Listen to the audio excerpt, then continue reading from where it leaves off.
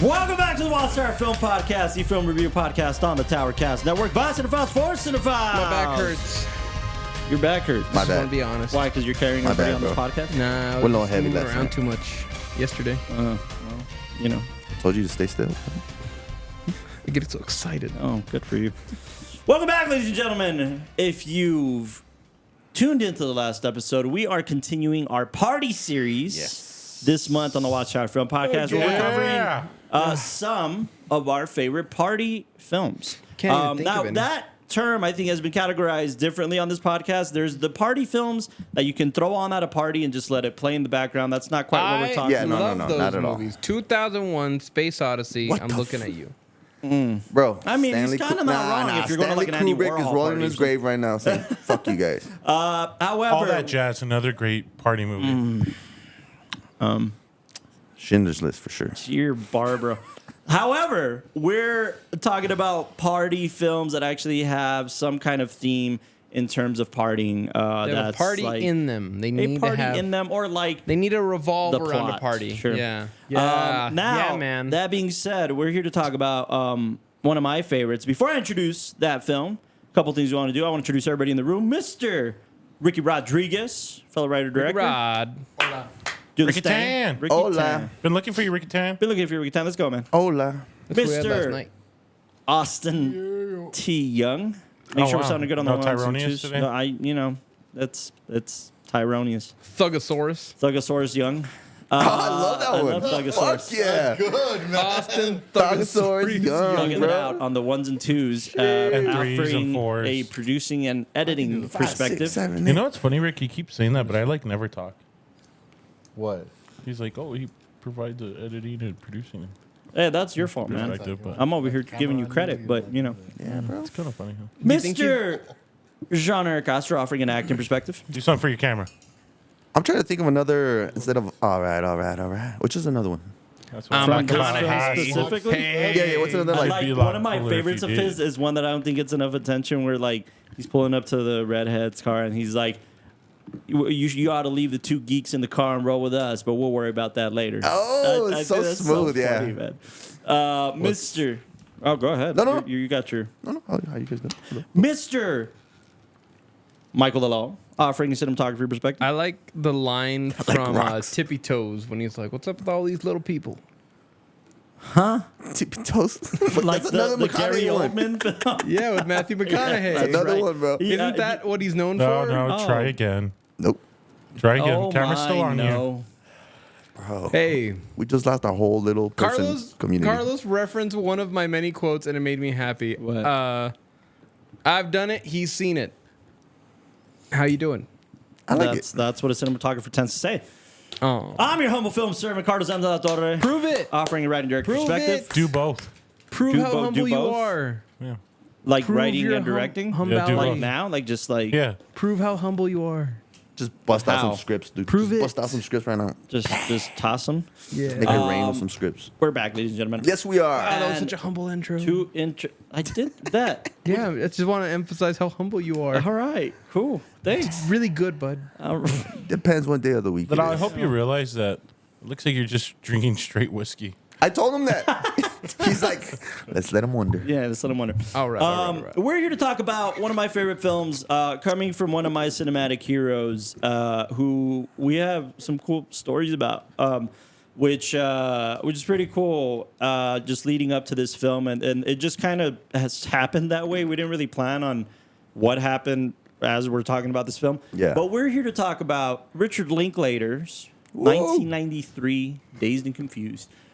This film is one of those films that, like, at first glance, you're thinking it gets jumbled in a bunch of just these party films. Yeah, at first you're like, what? I mean, but You're it's like, like one of those things that like gets on a list for, you know, his intention entirely was to make the 1970s American Graffiti. And like Right. American Graffiti tends to also kind of get thrown in these party films, but not quite because it's a little older and there's this other regard for it. But Dazed and Confused has a great overall scope on things in terms of its audience. It's very aware of what it's doing, but it's also like just fun to watch. And I think there's both camps, and I've always said on this podcast, it's really rare to do that, like to appeal to the cinephile and to appeal to the general audience member.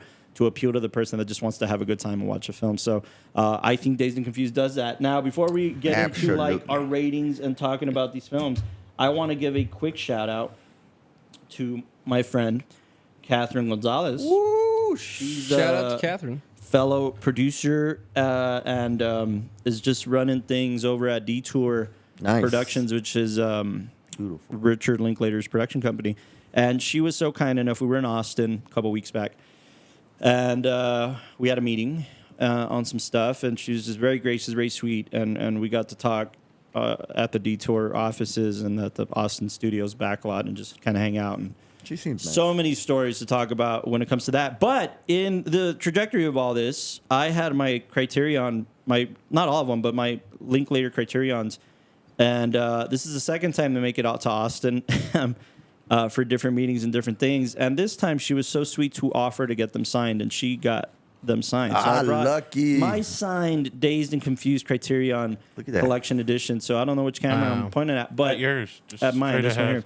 So this says from the great Richard Linklater. It says Carlos, rock on, Richard Linklater, and I think that's the coolest thing you could put on something like this. I thought while we're at it, I'm gonna place this here. I'm gonna show you guys the other ones she got signed for me because The whole collection. One of them We've covered. we've covered, and it's my favorite of the bunch, and she knows that. man. And I think she told Richard, like, this is his favorite because of how much this means to me. But this says, to Carlos, good luck with everything you're doing, exclamation point. Richard Linklater, he signed my Before trilogy, which is so cool. Yeah, it is. Is it crazy that he signed it before you met him? Oh, this is true. It's crazy that you don't have it, In addition, plastic or something. Oh, well, I will. Trust me, I just brought him for the podcast for now. But it's also cool to mention that, additionally, a while back, the very lovely Sandra Adair, who's Richard Linklater's editor since this film, Dazed and Confused, she also signed the Before trilogy, Look at which this she guy. edited all these. And not just that, she signed my Dazed and Confused poster, which is That's inside awesome. this guy. And Sweet. she also signed, or both of them, I should say, signed my. I don't think this guy can hold this, but you could just lay it on there. They also signed my Boyhood, which is very cool because aside from it being one of Richard Linklater's masterpieces, Eller Coltrane signed this when we were working with him. You got the whole team and in there. Sandra Adair as well, who edited this 12-year film. Am I allowed signed to it. ask? How do I phrase this? We talked to Eller. Yeah, He's a friend of ours. alumni of the pod, and he's a friend. Was This is cash. he weirded out when you asked him to sign it? No, I mean, a little bit. That's a good question. Eller's such a grounded dude that he does get a little weird, but I think that at first, like, you'll see it in there, aside from, like, him signing this piece of it, like, which is, like, the booklet, he also took out the sleeve and signed in here. Nice. And he put like all these sweet notes. He put like, "Keep up the good work, Carlos," and he signed. And this was shortly after we worked with him on a film. Oh, that was so- pretty cool. Yeah, so that's him. you know, Exactly. Obviously, Have you kept up the good work? not really. I didn't follow his advice, but here we are. He's been killing it. No, but as mentioned before, Eller's just been an incredible human being, and he's been so good cool. to us. And We love you, Eller. He's super cool. yeah, absolutely. And we'll be chatting some more on some projects that are coming up with him. But in the meantime, they were so gracious again to sign these for me. So I thought I'd show them That's on the awesome. pod, show and Congrats, tell. man. But more importantly, they're just cool, very cool people. And again, Catherine, thank you for doing that for us. And And in case you're wondering, he stole this from Linklater's desk. I did. Actually, he stole that from the specs on Lamar I'm leaving here with Boulevard. something. I'm from around the way. Lamar. I'm from around. I'm leaving here with something. No, man. Look, listen. The only thing I'm not at liberty to talk about a few things, but I think I won't get in trouble if I say like I was in Richard's office and it's humble. It's like a humble office. It's this kind of small situation on Austin Film Studios, but you walk into this place and the cinematic like history, because he's an avid collector of posters of one sheets and classic posters. It's like you walk in and a Raging Bull classic One poster, sheet. Taxi Driver, the Japanese version of that. That's like crazy amounts of like beautiful posters. And then Catherine tells me, "Oh yeah, this is like what he has here." And then he has a few in the Austin AFS offices in there. And then like his collection at home is insane too. Like I would he just imagine. has all his posters at home. So needless to say that he's a cinephile first, and I think that's like so crucial and something I've learned just from being a fan of Richard's, is to be a cinephile first, and I love that. So, Yeah. again, thank you, Richard Linklater, for signing the film we're going to talk about today, and it's a film that we really love. So, so many more stories about Austin than just our time out there. We had an incredible time. We're working on a film right now, and we were called out by our producers out there to take some meetings and do some scouts and some camera tests, and it was just an incredible time. I think it was Do some things. such a fruitful trip, and in our travels we get to connect with people like this and just chat about film and life, and then they do stuff like, yeah, we'll get these signed for you, don't worry. Nice. So it's so cool.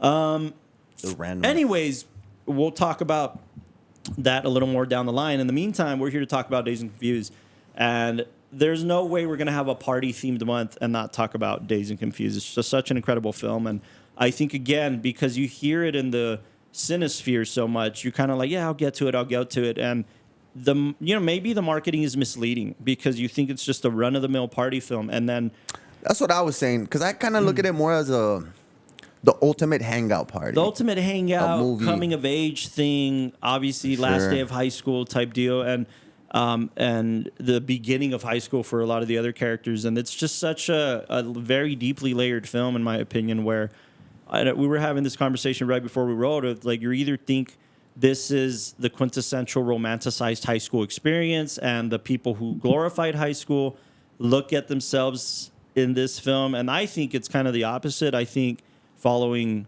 Randall Pink Floyd's arc, you're following what he wants outside of this box, outside of this high school box, and what he thinks might be important. Maybe friendships, lifelong friendships, are more important than playing for the football team, and that kind of thing. I just think that it's so deeply layered, and you can kind of get a piece Or the from man it. telling them what to do. Yeah. I mean, giving into it. It's so crucial, and there's so many great stories about the making of this film. I know, Richard, if you're watching this, I know you didn't have the best time making this film because this was like a weird synthesized studio experience. So, not so much synthesized as much as it was like a hybrid of indie meets the studio system. Him and his indie tendencies, he just got off of making Slacker, and this was his first big film. Not only was it his first big film, it was the first film he did through the studio system. So it was quite the experience, as I understand correctly, for Rick Linklater. I think we should get into ratings, and then I could tell some stories of things I've heard about the production and the making of this film. But I mean, a lot of Carlos, firsts. you picked this one. You guys are so going to hate where do you me, want to go? brother. Oh yeah. Oh gosh. I guess I'll start with the law, and then we kind of round robin this way. Oh man, so this was your first time watching it. was That's my why first I'm like very time, curious. and maybe last. Oh gosh. All right. Well, sorry, Rick. I just don't own a copy, but I'm like if you let me I wonder borrow it. how do you go through life. I'm not trying to be without this movie popping out on the TV, a girlfriend showing it to you, a buddy. I'm sorry you had all those things. brother. This is the main. Come on, brother. He was the guy that O'Banion was beating up in the film, man. Yeah, He's and not. then I'm like- Yeah, okay, kind of makes sense. Castro was O'Banion. But Kinda makes you know, sense. it looks like I threw in a few good punches, right? Like, What do you mean you haven't watched Dazed and Confused? Gets his paddle. and Yeah, shit. right. no, you know who I related to most in the film? Remember when like the jocks are walking through the hallways and there's like some nerd and then the guy just turns and goes and then like walks away. And that stays with you for all of your high school experience. and then I'm just like, fuck, that was me. Damn, like Well, that's not you now, pal. You're a very successful and talented man. now I'm in a film production company and I walk around with people taller than me going All the PAs. like no joke, even just like walking with you guys and like for a while like the bit we would do is just like pussy and just like walk away. No, it just never came up. Like I had heard about Dazed and Confused, and I don't know, it never really like attracted me because I just didn't know a lot of people who had seen it. I guess in my circles. Yeah. So this was interesting because it's very much that like slice of life. Yeah. A certain moment in time that I know, at least with like when my family talks about it, they talk about it with like that, like, oh, I remember what that was like and what that smelled like and all that kind of stuff because, you know, it's just it's a different time period. I also Especially- thought it would appeal to your love of Hal Ashby Yeah. and those yeah, stylings. for sure. You know. Just that like 70s, like not even grit, but just like 70s grain. It's like slice of life. Yeah, grains, yeah. It's just it's soft interesting. textured thing. I really liked it. I do think I need to sit with it more, because I think I was expecting more of a pop, especially like when we talked about it being a party film. And That's like, fair. It's not I'm with you. Project X. No, and I think I'm with you. I in a way, I almost thought it was going to be like a stoner comedy of like something happens to somebody after they like have a party or so, and then it's like trying to get out of the weeds. Yeah. I if I'm being honest, I think I equated it more to like a Harold and Kumar, and I thought it was going to go in that direction. Sure. So I think off that alone, I was just like, wait, when is it gonna do the thing? Sure. But I was like, I was surprised in a different way, which was when the party got canceled. That was kind of, I'd never seen that before. And then it was like, oh, but they're gonna find a way to get around that. It's like, oh no, like the dad's there and he's like, screw off, like we're not having a party and all that kind of stuff. So I don't know. I want to sit with it more, but right now I'm sitting at like an 8.3. All right. Good, but maybe I just didn't like know what to expect. Sure. But I liked it. That's It was fair. good. All right, Mr. Rick. Rick Tane. What's the right Is it answer? to me? Yeah. I mean, it's an all-time classic, man. I think I've seen it, God knows how many times, and I think each time it doesn't change. It doesn't get worse. It doesn't get boring.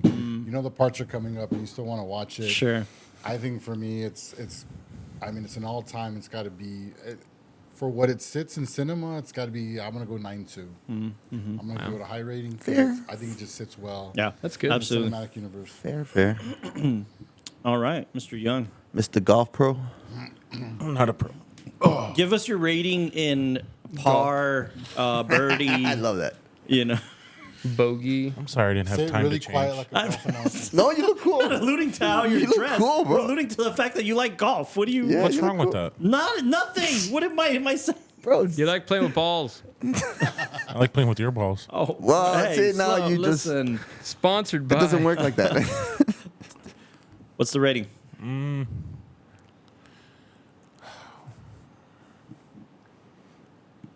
Yeah, No. I could see that. Nah. Oh, really? Nah. But why though? 9.4. 9.4. Wow. You really like this wow. one. Shit.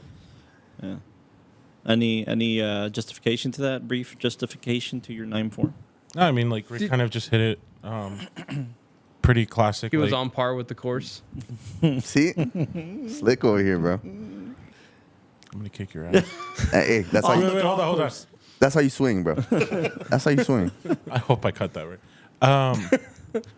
No, it's just, like Rick said, it's the... Scene. There's the scene. It's the Lala walking through the hallways. Rewind it really quick, Rick. That's the Lala walking through the hallways of Why his am I Turkish catching- And high I school. love that it's like he doesn't. Oh, just fuck it. And then walks away, kind of like there's nothing. Not just to absolve himself of like the frustration, he just passed it. Like there was no point to that. That's so funny. No, but yeah, Anyways, it's 9.4. like the classic party hangout film. It almost like did what all the 80s films tried to do, but better. For the 70s? No, the 80s films. I'm like when Sure. I No, when I I say know. that, I'm talking like 16 Candles, Fast Times at Ridgemont High. Yeah. Fast time. Like It's all like those. Detroit Good Rock reference. City. Yeah. all Good these reference. kind of- the ones that came like after this. it's like Linklater almost took all that and perfected it. Sure. Nice. Yeah, And then because I- those were made in real time, right? He was made this in '92 to reflect on the time in the Yeah. '70s. Yeah, yeah. And not only that, like the cast is amazing. Their performances, a lot of them first time. Yeah, or, we'll like, get to that. That's like very time. early in their insane careers. cast to get. Like we see more than half the cast, and we're like, oh, it's that person. It's that- And yeah. at that time, they were still like great. And Rick was able to get it out of them. And Definitely. yeah, Yeah, I agree. That's really I'm sitting cool. at a 9.4. 9.4. Gosh, so please give us the wrong rating now. No, I was just joking. You punked out. Yeah. No. I really liked it. I guess because I hadn't seen it in a while. I Yeah. thought it was gonna hit me I saw it like what 10, 15 years ago, and it kind of didn't just because of you fuckers. You know, Was it the Walter Mitty I effect for dissect you? these films now, and it's just kind of like what did it? Did it Walter Mitty you? No. It's just I'll give it a 9. And what I really, really, really loved about it is the score, the music. Oh, sure. The needle drops. And Yeah, this is pretty like, great. you're talking about parties, you have to have a great score. And I don't think Soundtrack. or soundtrack, yeah, I guess. Soundtrack. And I haven't seen a movie that has this many classics. Like, how much money did they pay? A million. A million. To the Holy- music rights. And 1/6 of the budget. yeah. And he Worth felt it. he felt very strongly about that. This was again an American Graffiti-esque. American Graffiti is just a bunch of kids riding around in cars, hot rods and stuff. This was that for the 70s for him, where he knew how important the music was. So much so that the title of the film, Dazed and Confused, it's a Led Zeppelin song that Yeah. he couldn't get for the Nice. film, and he just kept the title in the actual film. But yeah, Led Zeppelin wasn't lending anybody their music at the time. And the full circle moment is Linklater got the Immigrant song in School of Rock. I was about to say that. Solely 'cause because Jack Black and everybody like begged him, like, made a video and "Gods be of like, rock," we're you know? gonna make this song. Yeah, so it was just that, and it was Linklater's, trying to get the important music Yeah. for this film. It's so quintessential. Yeah, and I think that the music is what stands out in this one. Apart from the performances, I have a little bit of like a little Beef. side note on Matthew McConaughey's character. Uh-huh. It's kind of sad. It is, and He he knew has a that. sad character. And he knew that. He said that when he signed on to do this thing, he came in for the audition, and he came in and he was like, like anybody, if you don't know exactly, the role, you've read the script. Right. But he came in like, this is a job interview. So I'm going to shave my mustache and beard. I'm going to tidy up. I'm going to go in clean. I'm going to go in looking nice. Right. That's not who the character is, right? So Rick's kind of like, what do you're not that guy. And McConaughey, true to form, said, I'm not that guy, but I know that guy. And, Oh, dude, that's good. and that's how he got the part. I mean, there's also a crazy story on how he got cast in this, which I'll tell. Yeah. But yeah, no, you're right. I mean, he knows very well that he knows this character. I think he talks about going to football games and seeing some dude drunk in the stands who used to be the football player and being like, that's him. That's Wooderson, Oh, okay. So he knows. Would have been. Would have been. So he knows that But guy. I like your take on his character. I think that's a bit of a turnaround on everything you said about how kind of you start to see that life has caught up with him, Yeah. and that now he wants to better himself. He's not thinking about going back to school, man. JC, but he's trying to still look cool Yeah, in front yeah. of his friends. He's That's saying where all the that's where all the girls girls are. But it's really about maybe I want to It's better like, my it's life. like comfort, right? He doesn't want to leave that little comfort zone. Yeah, for sure. I mean, then I And think that's sad. the people that quote unquote peak in high school, they hide behind that facade for the rest of their lives, and a that's- lot of them get pregnant senior year and get what I'm saying, like they don't go after, or they don't have a plan after high school. They kind of just And that's like, why go they're with the being flow. so tough on the quarterback, on Pink. Right. The coach knows. It's like, hey, man, you keep hanging around, you're going to be like Matthew. Yeah. But no, then yeah, what's the there's more of the there's story that it's like, screw that, I'm gonna keep hanging out with Matthew. Yeah. I'm No, I gonna don't know go that with that's my the more of the loser story. friends. I think the more of the story is like high school and everything. So like, why am I so worried about what's gonna happen senior year? I kind of just want to have life. Well, what did that crazy guy say? I think you were referencing, or I think when he was like, as long as I got this life, I'm going to make. Oh man, I love that monologue Yeah. so much. The monologue on the I'm gonna make football the- field. He's like, I just want to. While I was stuck in this place, I saw man. your point. You're like, this is. Oh God, it's so good gold. because you don't expect that from this character, but he's got a point. Ooh. He's got a Oh, point. for sure, He's for got a sure. point. I just want to. That's why it sticks walk out. out of this place and I did the best while I was stuck in this place. I played the best while I was stuck in this place. I dogged all the girls I could while I It was stuck in hit. this place. That one hit. But you notice Linklater being such a genius, he's not on that character. He's on Randall. Because Yeah. Camera's on Randall as he's reflecting on what he's talking about and the perspective of like, well, if I'm stuck in this place, I kind of just want to enjoy it. I don't want to, there's no pressure. There's no point in planning everything out and whether I'm going to play for the team or not. That's not what it's about. I think it's such a great moment. Any typical director would cut to that guy and close in and push the camera in while he's delivering that. No, we're on, Exactly. Pink.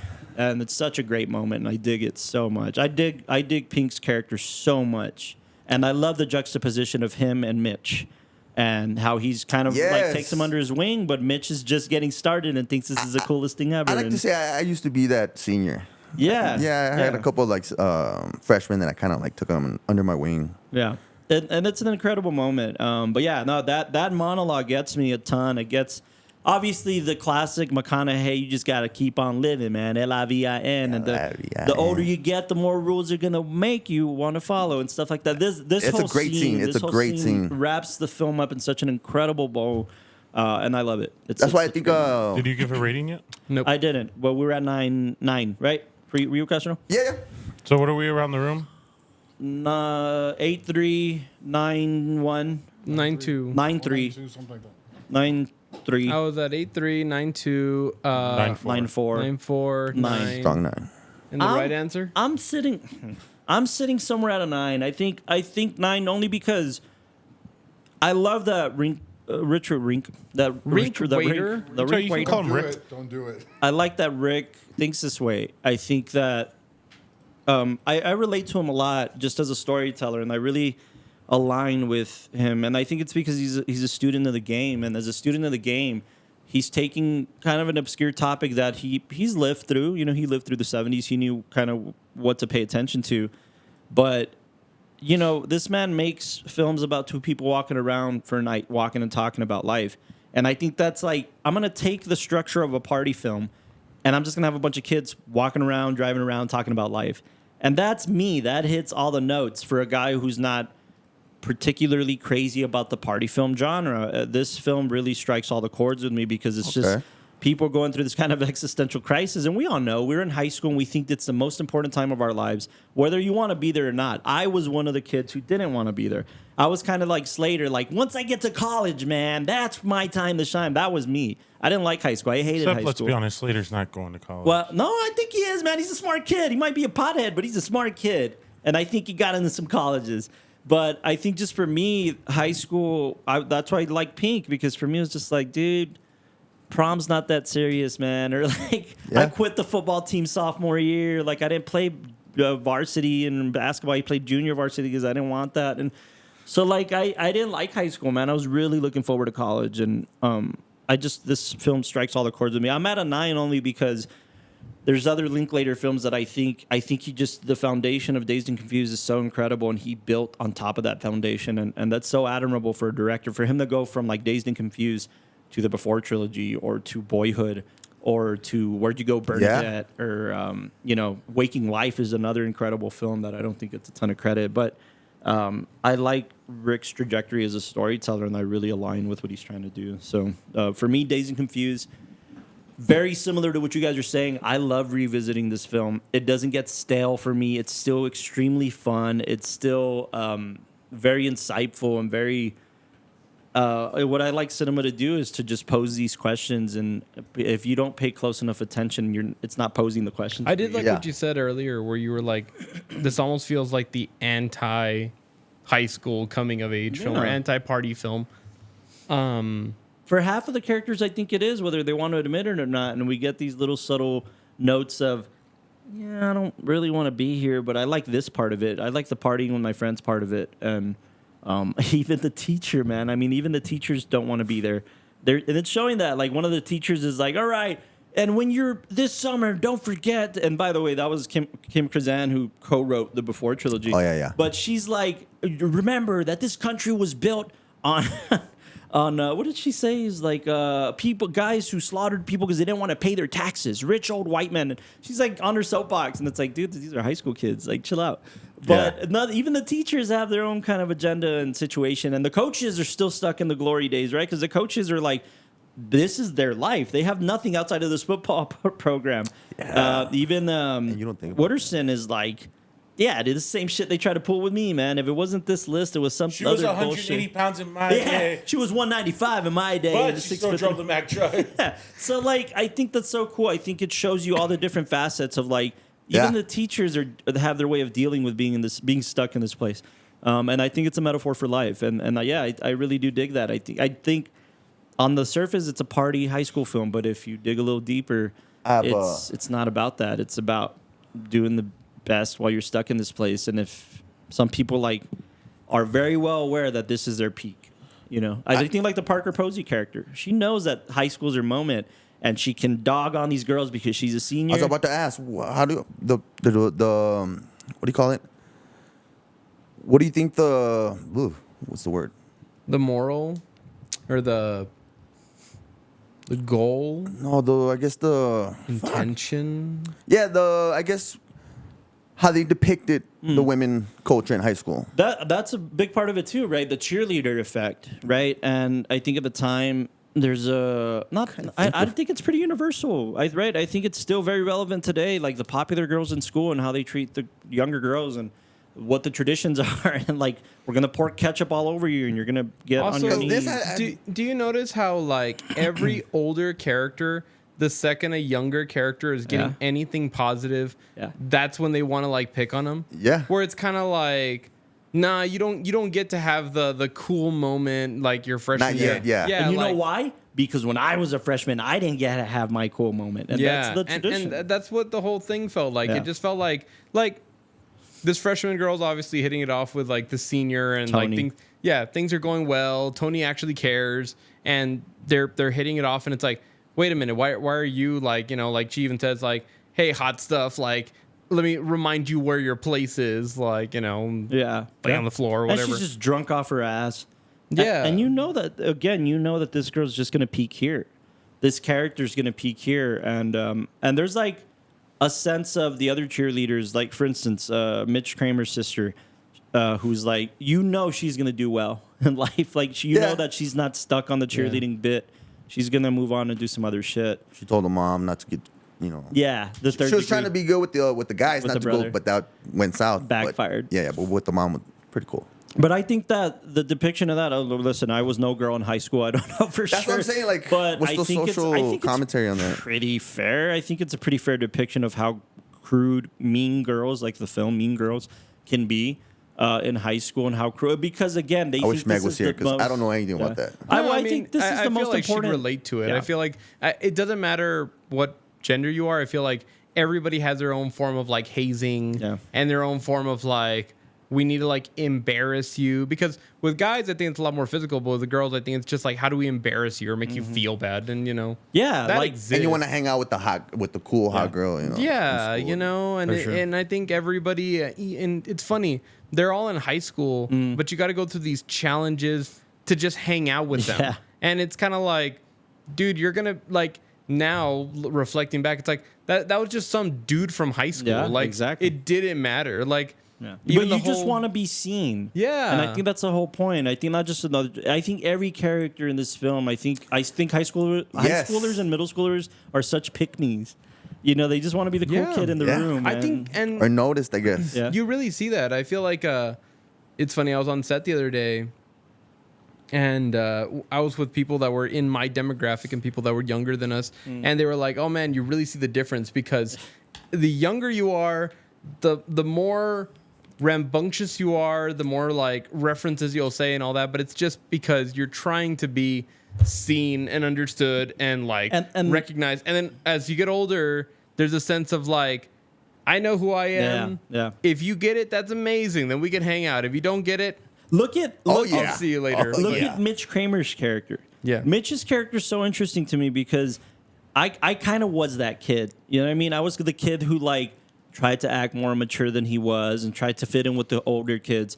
And then when someone throws their arm around you and takes you in, like Pink did with him, then when minutes apart or hours apart, he sees his friends again, in his age After the group. six-pack, yeah. He's getting the 6-pack from the liquor store. He's like, oh, there you guys are. Like, yeah, And he's man, trying I'm to hanging act out all with like- these Yeah, kids. like, bro. I was that kid. I'm sure. You know what I mean? Like, it's so funny how quickly he's still very much a pick me, but he's getting all this advice from the older kids. Like, yo, you don't have to try so hard. That's how you become cool. Yeah. Like with the girls, Especially with the if girls. you like her, pretend like you don't. Nah, I might see you Once later. you show her, she's gonna dump you. It works. Yeah. It's weird, right? But it works.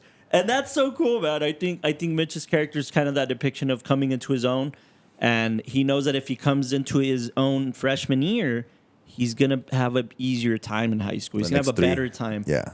I think it's so cool, and you're right. I think we get that a lot with like some of the PAs that come onto the sets or And just these younger kids. It's funny because it really is like every coming of age movie. They're written by adults for all intents and purposes. But the reason I think we fixate on this period in our life so much is because that really is when we were trying to just figure it out. Yeah. And we're it's such a yeah. weird It's a time. formative because time. It's a formative time, but it's so weird. It's so weird getting advice from people who don't know what's going on. Also, Yes. you talk to Yes. somebody who was literally born a week Yes. before you, and it's like, dude, let me tell you how it works. Like, I forget who has this joke. Some comedian has this bit. It might have been Louis or somebody has this. No, I think it was John Mulaney has this bit where like he talks about like, oh yeah, like I had a babysitter as a kid, and like I'm talking to my parents. He's like, oh yeah, that girl like she was like 13 and you were like 9, and he's like, what the hell is that? Like that's like a dog, or what do you say? Like a bigger dog. Just like guiding a smaller dog, and they're both dogs. There's no direction here. well, I was thinking of like with Project X, that scene in the car where it's a bunch of kids when you look at them, and then he's giving like fingering techniques, like, oh yeah, I Come like here. to do this one, then and you then come you here. do this one. This and you is the say her itsy name. bitsy spider. Yeah, and then and you it's kinda tap like- or whatever. Who are you? Like, shut up! What the hell? But I had those I don't know what to conversations say. with my slightly older cousins. You know what I'm saying? no, like no, no. I had those. No, conversations. Yeah. I remember like when I was. Oh, it's so dumb. I remember being younger and when we barely got like our flip phones and like Uh-huh. text messaging was a thing. Yeah. And there was a guy in like the little There he friend is. group. There was a guy in like the friend group who was literally a year older than me. And he's like, "Whoa, you haven't used that emoji yet?" Like, and he was like, "Oh, let me show you how to get it." And then like hits this one, and I was like, "Whoa, it does kind of look like a face." And he's like, "Yeah, I've used that on like 5 girls already." It's like, okay, It's like, So cringe. shut the fuck up. But at the time, you're like, "Whoa, this dude's getting mad." Like, But again, I allude he's to the. swimming in it. you I know? allude to the fact that when you're in high school, whether you want to get out of there or you don't, it's over dramatically the most important time of your. There's nothing more important than high school and your friends. Ooh, that's deep. And having a car to drive in school. I remember I got my car at 16 at 15 because I'd like drive my grandma around and I was kind of like her caretaker driving around and stuff. And I had my car and I felt like a badass because I had a car in high school and that was a rare thing.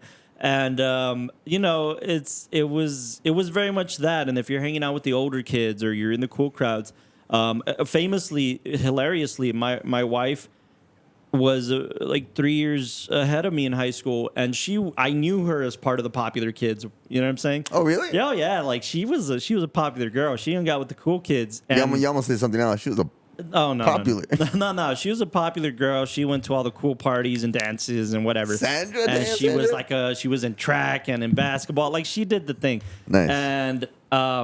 And I wasn't that kid. I was like hanging out in auto tech and fixing were cars Slater. with the kids. I wasn't a pothead, but I was like, yeah, on conspiracy theories and like historical shit. Then I was in the auto tech shop just like fucking around with cars and thought that was cool.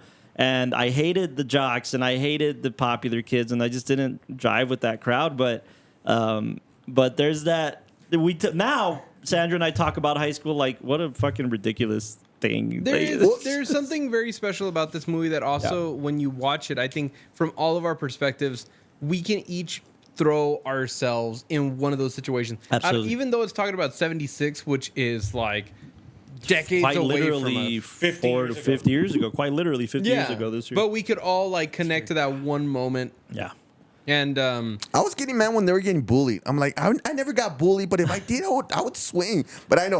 But Oh, Banyan. No, but I was just like, but that's just like a what do you- thing. That's like I a know, I thing. know. Like, you know, I'm sorry that you had a TV and didn't get bullied. Shit. we had a moment where like our dearly departed friend Robert, there's this character the character that gets beat up for saying like, Mike? look, I got this theory, and if I throw one punch, it's a social Yes. animal thing. They just want to break up the fight because they don't want their party disturbed. Yeah, And yeah. that's not what happens. He gets his ass kicked. But he has this philosophical view on life, and that's how our friend Robert was.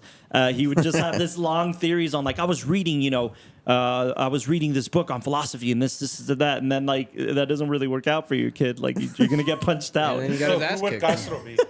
That what? Who would Castro be? Castro, I genuinely think Castro's that dude, the football player friend that has a lot of insight. Like he's like on the surface like this jock, but he's very strategic about how he's talking to girls and dudes and Yeah. hanging out.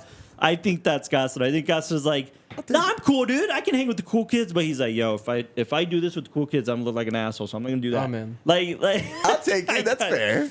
Like, even though we're making jokes about it, I related to Tony so much. Tony. Because Who's Tony? Who's Tony? Tony was the With nerd glasses. kid. Like, yeah. Not the redhead, right? Anthony Rapp plays him. Oh, guy okay, that we yeah, can't yeah, say 100%. was No, but I remember like having that group of friends and like everybody's Yeah. like I think I look back at it and we were all lame as hell and then just being like Were you playing yeah. poker every day? No, like They're playing Dungeons and Dragons. no, we were playing cards, but they had little pictures of animals in them. But like They're playing Goldfish. no, I would we were playing definitely bully you, Goldfish. bro. No, like you definitely shove me in the locker. I don't care.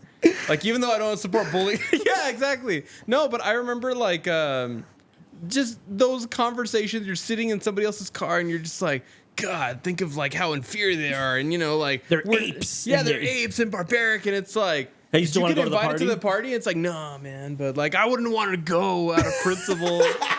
Yeah. Yeah. I had that one party. That, like, Loser. I think this film captures those moments so Yeah, I great. hate It that party. captures those moments and the unofficial, official hierarchy of high school and whether it needs to be followed or it doesn't. Right. And again, at the end of the day, how ridiculous it is, but. Is it ridiculous because it ends up forming you as a human being, at least for that time period? That's good, yeah. It's so good, man. yeah, bring back bullying. I don't, Yeah, I agree with some situations. Jeez. Some situations. Let for me sure. Yeah. save y'all really quick. Let's talk about the cast. I think this cast is so amazing. We alluded to that already, but Jason London as Pink, Wiley Wiggins, as Mitch Kramer, Matthew McConaughey's first big role course. in this thing. I mean, Joey Lauren Adams, who went Yeah, on to where, just where have I seen her? Mallrats. She's chasing Amy. Mallrat, Chasey. But She was in Big Daddy. She was There we go. in. You There know, it is, I there mean, it is. she's also so cool. Mila Jovovich, who did Resident Evil, who went on to have a great singing career I mean, too. Fifth Element, come on. Sean Andrews, which there's some crazy story dude, about that those guy two. looks weird. Let me tell you a quick story. Adam Goldberg went on to I love his role in like Entourage, but I love his role in Friends, bro. That crazy roommate. oh yeah, Wait, Adam Goldberg in Entourage, was he the guy that like got kicked out of the? he's Nicky Rubinstein. No, He's he the- never saw it. I saw it once. I didn't like binge watch it. He's the guy over and who over. finances Medellin, who's like coked up and gets like a place on house that's arrest. right. Yes, Oh, yes, I remember now, yeah. Both Adam Goldberg and the guy, the bully that fights him at the party, both came on Friends. Oh yeah, that's right. Oh, wow. That's where I remember He was the also a guy that bully in takes that off his one, too. shirt. I want to talk about that Also, actor. is a- That actor's like an Austin local, but like there's a film that Linklater did that you guys should check out. I think it's one of those like unsung ones. It's called Suburbia. Suburbia. And it's got Giovanni Ribisi in it. It's got this Hey, dude. I like this him. guy plays more of a. I mean, he's still like very violent, but like he's a more grounded role, and it's just about these kids hanging out in front of a gas station for the night. It's so cool. It's a really cool film. It's called Suburbia, and that actor. I think plays an incredible role in that film. The guy that gets his ass know kicked? name, Or the kicked the other guy? pothead. What's his name? I think we scroll down. But anyways, while we get his name, he does such an incredible job in that film, and it's about Suburbia. like their friend is a famous musician going on tour, and they kind of have to deal with Nicky Cat, man. This dude was incredible in that Suburbia film, and I'm sure a lot of his other performances. But needless to say, this film, Suburbia, Giovanni Oh, Ribisi, yeah. and there's like some other cast members in that. They're so cool. Steve Zahn comes out in that. And it's Parker Posey plays the manager of the friend that's famous and shit. Oh, dude, yeah, you guys need to watch this thing. It's so good. It's a 90s or 2000s? I think 90s, 90s. late 90s, yeah, 96. Okay. But I think it was just like something that just kind of got forgotten. But he shot this in Austin, and it's this gas station, but they deal with heavy topics like drug use and addiction and depression and wanting to shoot yourself and wanting to shoot the liquor store guy or the gas station guy because you have a chip on your shoulder. Nicky Cat plays this, again, great role. Anyways, this cast was such a launching pad for so many people, to include people like Ben Affleck. Yeah. And this was truly Ben Affleck's first big thing with this many lines, going to Austin to shoot for a summer. And then literally right after that, he gets picked up to do Mallrats. I have to ask, when did he meet Matt Damon? Were they already friends? They were kids. They were little kids going to auditions together because they were child actors, both of them. So they met in auditions. So Ben was the first one to kind of have big roles? If I'm not mistaken, no, they both were. So their first big break was Dead Poet Society. They both went out for Dead Poet Society, and they did this film called, I think it's called School Ties. Is it School Ties? They both have small parts. Okay, in okay. School Ties, I was- but They were both in Dead Poets Society? no, they both went out for the role that Ethan Tried. Hawke got. Yeah. Ethan Hawke was in Dead Poets Society? Yes. What? He's the main, like one of the main kids. He's the main kid? Ethan Hawke. Yes. Dead Poet Society. He's Isn't he the alive. one that kills himself? Yeah. Yeah, right. What? That's Ethan Hawke. Have you seen the movie? Yeah, with Robin Williams. Yes. Oh, Captain, my Captain. Yeah. Ethan Hawke. Oh, Captain, my Captain was not the kid who killed himself. He No, was- no. Well, I mean, they're all the "Oh, Captain, my Captain." What do you mean? They all Oh, say it. well, that's true. Anyways, but yeah, launching pad. I'll kick this off with like Matthew McConaughey's story because that one's so fun and it's kind of famous. All right. But Matthew McConaughey was a film school guy. Like he was going to UT film school. Oh, he was? I And- thought he wasn't. No, he I thought was. he He was didn't. He wasn't wanting to be an actor. He wanted to be a director. He wanted to be behind the camera. And he was in film school. And his buddy, he was at a bar with his girlfriend. His buddy was the bartender. Who was also in film school with him, and he just went to that bar because he'd get free drinks from his bartender buddy. You know, he's a kid in college, Yeah. just getting money. Not getting money. So he gets to the bar one time and his buddy's like, hey, that guy at the end of the table, he's like in town producing a movie or some shit. Like, just try to talk to him if like we're film school kids, so go try to talk to him. It's opportunity. So he goes up to him and it turns out that it's the casting director for this film. And Don Stevens? Don Rickles. Don I forget Cheadle. his name. Don Cheadle. the casting director. Phillips. Don Phillips. So Oh, it's yeah, I Don did see it. I Phillips. did He's see the that. casting director and he's producer. And like they're chilling at the bar and he goes up to him and he like, hey man, nice to meet you, whatever. And this Don Phillips guy's like, what the hell do you want, kid? Like, fuck off. Like, what do you want? Typical. But they start shooting the shit and they end up closing the bar. They end up getting kicked out of the bar because they're being so rambunctious. They got along. And on the cab ride home, Don Phillips is like, hey man, you should do some acting. Have you ever acted before? And McConaughey's like, I was in a Miller Lite commercial for this brief, like for 3 seconds. And that's all the kind of experience I have. Well, he's like, well, listen, there's this Wooderson character. You should probably go out for it. I'll get you into the auditions. And there's like 3 lines, so it'll be fine. And he goes out for it. And they like McConaughey so much that they expanded the role. Of course. Not only did they expand the role, but there's 2 fun factoids. One, all right, were the first words he ever spoke on film. Not the first scene. The first thing that he filmed was all right. Like that was his first lines as he's driving to the car. The scene Was right it written? No. What Sound like happened? some- What happened was he knew that the Wooderson character was about 4 things. He was about his car. Yeah, I have done this. Yeah. Right. He was about his car. He was about what was it? I just feel like It it's was probably about like an actor. weed. It was about hanging out with his friends. He's like, so I have all those 3, and the 4th is women. So I haven't gotten the women part. That's what I'm outdoing. That's what my Right. character's outdoing. But I have the first 3, so it's affirmation. All right. I have these 3 things. I kind of like would have seen it like an actor thing, like, all right, we roll in, take, all right. Kind of like a, Cars, rock and roll, and girls. Cars, rock and roll, and girls. Right. Yeah. So that's the affirmation. All right. nice. But he does, to your credit, in Wolf of Wall Street, one of his acting exercises made it into the film because that's who McConaughey is. But the cool, weird connection is that Sean Andrews, who plays Kevin Pickford, him and Mila Jovovich in the film are like organically a couple, right? Yeah. They feel very natural. That's because they were actually dating during the film. wow. Not only were they actually Lucky. dating, they eloped to Las Vegas during the making of this film, where this dude was 18 and she was 16. 21, I think. Wait a minute. 21? Dear God. Well, she was underage. And when the parents caught on, they annulled the marriage. Wait, Like, who was? Kevin Pickford and Oh, the weird guy. Sean looking. Andrews. He's the guy who was hosting the party before it got canceled. Yeah. The weed Oh. dealer guy, that guy. Yeah. That guy and the girlfriend in the film eloped in Las Vegas during the production of the film. And when they found out, like the parents were pissed off and were like, what the hell? He looks weird, bro. Here's the funky part about him. His character was much bigger in the original script, and they shot a lot of scenes where his character, basically everything Matthew McConaughey's character did was supposed to be his, but he was such Good a call. problem on set. And him They didn't even want to show his face. I could tell. right. Like I was like, what? him and Jason London didn't get along. They'd fight. Like Rick Linklater had to separate them from a fist fight. Wow. That's how bad it got. So they were just like, fuck this kid, man. He's such a problem for us. We're going to cut him out of the film as much as we can. Certain things they couldn't. But everything that they decided this isn't going to work, they just handed off to That's McConaughey. so cool. Even the last scene, driving to get the Aerosmith tickets, that was supposed to be him.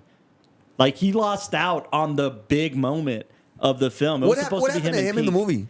Fucking who cares? Like, who knows? Like, it's that unimportant. You fucked off. Did you? Yeah, he fucked off. He just fucked off. He like lost out on the party, on hosting the party. I wonder how they wrote that. Yeah, that's so pretty cool. they kind of had to write him out just because he wasn't fucking. I doing- knew it. There was just something like they And- wouldn't film his face. He was kind of weird. Yeah, and I mean, unfortunately, his career didn't really go anywhere from this because he had a reputation of like not being a team That player sucks. on sets and shit. So. Hey, just 9. So much so that, like, I mean, even look like Ben Affleck, he went out for this role and, kind of got typecast after this film. He was kind of the mean guy for a little bit Yeah. until Good Will Hunting. But the other characters all agree it was just, or the other actors all agree it was such a launching pad for them that. Well, the redhead, I just know him from Fast and Furious. 2 Fast and Furious. The redhead. Yeah, the guy that. Oh, No, the other one, the guy. yeah, Cole Hauser. Cole Hauser. Yeah. Dude, Cole Hauser was in Good Will Hunting. Right now, he's killing it in Taylor Sheridan Land. Yeah. He's on the Yellowstone spinoff thing. Oh, That's shit. now his show. He's going good. This dude's doing well, man. He's doing extremely well for himself. But yeah, Cole Hauser he plays the villain in Too Fast, Too Furious. I just remember him from that. But no, Well, I that's remember where- him. He's very subtle, but in Good Will Hunting, he does an incredible performance. Great. But yeah, Cole Hauser is really cool. But Another yeah, one. all these guys. Another one, yeah. Joey Lauren Adams, Parker Posey. They all went to have incredible careers. Some of them decided not to go into acting. Some of them, like, this was their experience. In fact, Linklater there's this great behind the scenes documentary on the Criterion channel. Linklater was so worried about Mitch and the other Austinite. She's the younger kid, the one that gets hazed. That girl. Okay, yeah, the one that's going out with. She has a Spanish last name. Hinojosa, I think was her last name. Hinojosa, Yeah, Hinojosa. He was so worried about these 2 kids because this was their first acting foray, and he was so worried that like they weren't going to do well in life. Well, Wiley Wiggins went on to become a video game developer and did extremely well for himself in What a the left tech turn. space. Yeah. And Kristen Hinojosa, she went on to be like this ambassador for a company that's like a public service company, and she's like the head of that company. Like, they didn't do acting. They Wiley Wiggins came out in another Linklater film called Waking Life, the rotoscope film, but he didn't do much after Dazed. Wait, Like, go oh, that's right, he was in The Faculty. Yeah, that's such a. Dude, it's one But- of my favorite films, The Faculty. Oh yeah. Robert Oh, we Rodriguez. were at a Troublemaker for some meetings, and they have the Faculty high school sign hung up. Yeah, a lot of people don't know about it. I'm like, yo, that's I a love The really Faculty. good It's film. it's so good. And a great cast. Yeah. No, there's some great stories that Elizabeth Avion told us about the I didn't set. watch The Faculty till like 2 years ago. I fucking love it. It's fun, It man. is so She good, told- bro. And the good storyline. Everything. We should cover it maybe for It's so cool. And then I was like Josh Hartnett, the cool kid. That was cool. Josh Hartnett calls Elizabeth mom till this day because really? of she was set mom. So like I saw the behind the scenes and they were interviewing him. He knew so much about film and he was Yeah. 17 years old. yeah, dude. was Not like, only God that, damn, but Josh. like what's his name? Elijah Wood. Elijah Wood. Was super young in this film, but he said Elizabeth told me that his mom was smart. His mom knew that these older kids were partying, you know what I mean? And like they stayed at a house an hour outside of Austin and would Okay. only come to set to film. Like Smart. it was like protected. But Good film, No, good. so yeah, I just think in terms of the cast, this was a great launching pad for a lot of them, and they did incredible. But they were green. Rick and I were talking about earlier. There's a extra. Renee Zellweger, who's also an Austinite of a Texas film, and she's an Yeah. Academy Award winner for a film called Judy. She plays Judy Garland, man. Incredible performance. Me, But myself, Renee and Irene. Zellweger, this was her first film, and Linklater says that everybody loved her on set so much so that this extra would just come eat lunch with the main cast and hang out with them because That she was is- so lovable. Fucking Renee Zellweger, that's her in the Yeah. middle. Academy Award winning Renee Zellweger got her start being an extra in Dazed and Confused. Wow. And it's just so cool. I think this, but again, all of it feels organic. Rick says, he's like, if it were now, I couldn't have made this film because all they'd want is names. I didn't have names. I picked them out. Most of these guys were Austinites. whole They were nother local actors and stuff. Conversation right there. And Made the names. he made the names. Yeah, That this is- film, Dazed and Confused, made the names. You don't see that anymore. That is true. Yeah. And it's funny. He's like 6 weeks into, like, I think they had 53 days of production or something, or 43 days of production. He says, somewhere in the middle, McConaughey comes up to me at lunch. He's like, yeah, man, I'm thinking about moving out to L.A. after this. He did, the guy who didn't even want to be an actor. Yeah, he liked and then it. He was getting from the there, bug. He did like Texas Chainsaw Massacre and then went on to become an Academy Award winner, It's very cool. Parker Posey, we were just talking about her for Beau's Afraid. She's still doing some shit, Like, they're all such incredible casts, and this was quite literally their first film. Anthony Rapp, I don't think he gets talked about enough. I just recently rewatched Rent, and he originated that role, the main lead role in Rent, and reprised it for he the changed. film version of Rent. You know what I mean? But this is iconic, especially for Broadway. This is Rent.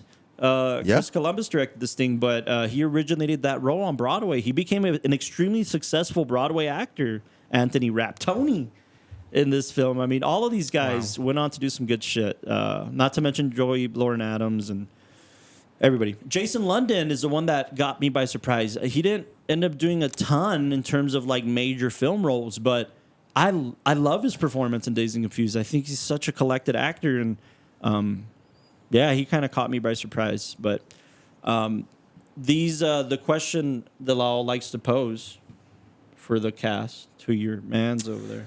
Who's it gonna be, Castro? Who would you It's a bunch of play great with? characters Play on this. on the stage. Oh, Primer. We just saw that film. Yeah. Who was in Primer? Who was the? No, I clicked back. Oh, Oh, my bad. But what, Like, whoa, what was? Primer. What was? Why was it there? He just got excited. Oh. Don't worry about it. If you open IMDb, that's what comes up. oh. No, man. I mean, there's a bunch of them that I would want to pick. I mean, I think I already talked about the Matthew McConaughey one. Yeah. It's such a sad character that I would want to like play with that. I think similar to like a Coen Brothers film, it's really impressive when a director can make so many characters and they all have a distinct voice, Exactly. a distinct feeling. And Wow. and this one, it's a bunch of no names, but everybody has their person, their character, and their lines hit well and everything. So it's not a bad role. Nobody I feel like is outshining overly anybody else because Exactly. it's also high school. They're all in the same fish pond. The fact that anybody thinks that they're bigger or lower is But the one I related to the most was was it Pink? The one Yeah. that took the other guy under his wing. Yeah. I feel like I was kind of like that. Like, a bunch of my friends were kind of like, just, estos bien mamones. And I was like the guy that, nah, come, I'll give you a ride, bro, to Yeah. practice or whatever. Yeah. So Pink would probably be the guy you'd want to play. I'd probably be typecasted as that guy, but I'd probably want to play the McConaughey. Yeah. But yeah, those two. Those two are Alright. really, really great Interesting characters. Yeah, interesting characters. You guys? Do you feel like you could direct a modern day version of this and it would have the same punch? Or do you feel like we've been kind of... Kind of like I think a we've been party. desensitized to this genre, Yeah. unfortunately, and we just had this conversation where the generation right after us, they don't drink, they don't go to parties, they don't go to bars, they don't like that thing is kind of dying in a weird sense. And I mean, there's still a version of it. Don't get me wrong. There's No, there's but a it's social not- component, but it's not this. Yeah. Whether I feel I can direct it or not, I don't know. I think I think even just like reaching into like our own like childhood Yeah. and like formative years, it just doesn't punch the same as No. something like this because I mean, even like the whole notion of like, man, when you get home, your mom's gonna be pissed. And I was like trying to I like remember that. retro think about it, and yeah, like there was no way to call them, there was no way to like get a hold and all that. Yep. Like parents they're going to kill you because it's just such a different world compared to like now. There's like, oh, text me, have your location on. It's a different thing. Oh, like yeah, that, yeah, like yeah. the whole Oh, going yeah. out, sneaking out, doing any of that. Like even when I hear, I remember when I started dating Meg and she would tell me like, oh yeah, when we went on our date, like my friends just had my location and I would like text them updates. And I'm like, back in the day, if you went on a date, I can imagine it just being like, hey, if you die, you die. That's Yeah, why you go on yeah. these things. Like this, you're. I- Dude, I used to. I think there obviously What's that, there's- Rick? That's why everybody was murdered back in the 70s. Exactly. That's the way it should have been, you There's know? no Bundy and there's no Didn't you John Wayne say? Gacy. Yeah, you were no. like, this is like, it feels like the beginning of a Donner thing. Yeah, where it's like, hey, man, you're a really cool freshman. You should check out my basement. You know? Well, that was evident in the part where once the dad found out about the party, you couldn't tell anybody, so they started to have. Yeah, They they show insinuated up. that throughout the entire night. Very true. There were people getting going. And they that was a couldn't tell running nobody. gag that the dad would be the one to answer and be He like, knew nope. people were gonna. But A there's good- no nowadays. Yeah. You just text everybody, spread the word. Party's Yeah. not. A good Location chunk of change. this film was them driving around telling everybody like, "Yo, party's canceled. We're finding another spot." Those are the That's a big days, part of this hit- bro. film. Those are the Driving days. around. Whisper to each person. The I fact will that say- they like all hit the same like pool like Right. area and then being like, I'll be back. I'm gonna drive off this way, and then they come back. Oh yeah, the party's happening here. Okay, now Yeah. let's all migrate over. Like, I will say, I mean, naturally, we're all in agreement that there's a particularly cathartic thing about making a film like this. Yeah. And that's what goes without saying. But I do think that I love Linklater's thinking, and we'll cover it at some point. And then that's one of the regrets I have. I didn't take my Slacker Blu-ray to Austin, but Slacker is this unorthodox ensemble cast film. Dazed and Confused, very much a big ensemble cast thing, which is very intimidating, I think, for a director to not because it's a bigger crowd or bigger people to deal with, to craft individuality in all of these characters. Yeah. However, Linklater's thinking is like, I just did 2 big cast films. I'm gonna go do Before, and his next film was Before Sunrise. That was his next film. 2 people What a home walking run. around and go into an intimate space. And also a very cathartic thing, an experience he actually went through. He met a girl, hit it off. They spent the night walking around Philly together and kind of fell in love. So it's I love his thinking that way. Like I just recently watched Bad News Bears for the first time. I'd never seen it. It's a It's a remake, but Linklater did it with Billy Bob Thornton.